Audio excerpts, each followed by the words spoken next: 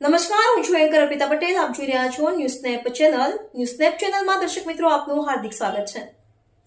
દરરોજ નવીન સમાચાર જોવા માટે સતત અમારી સાથે જોડાયેલા રહો.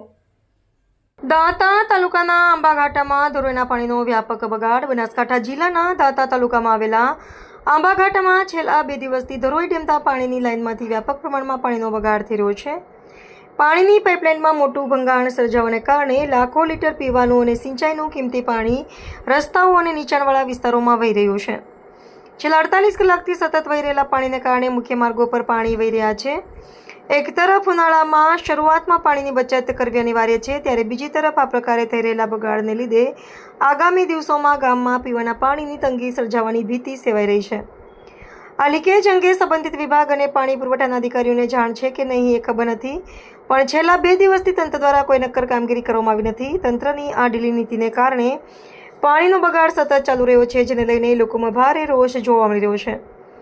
પાણી પુરવઠા વિભાગ દ્વારા તાત્કાલિક ધોરણે આ લીકેજનું સમારકામ કરવામાં આવે, ભવિષ્યમાં આવી ઘટનાઓ ન બને તે માટે પાઇપલાઇનનું નિયમિત મેન્ટેનન્સ કરવામાં આવે. રિપોર્ટર પઠાણ અશરફ ખાન, નવાવાસ.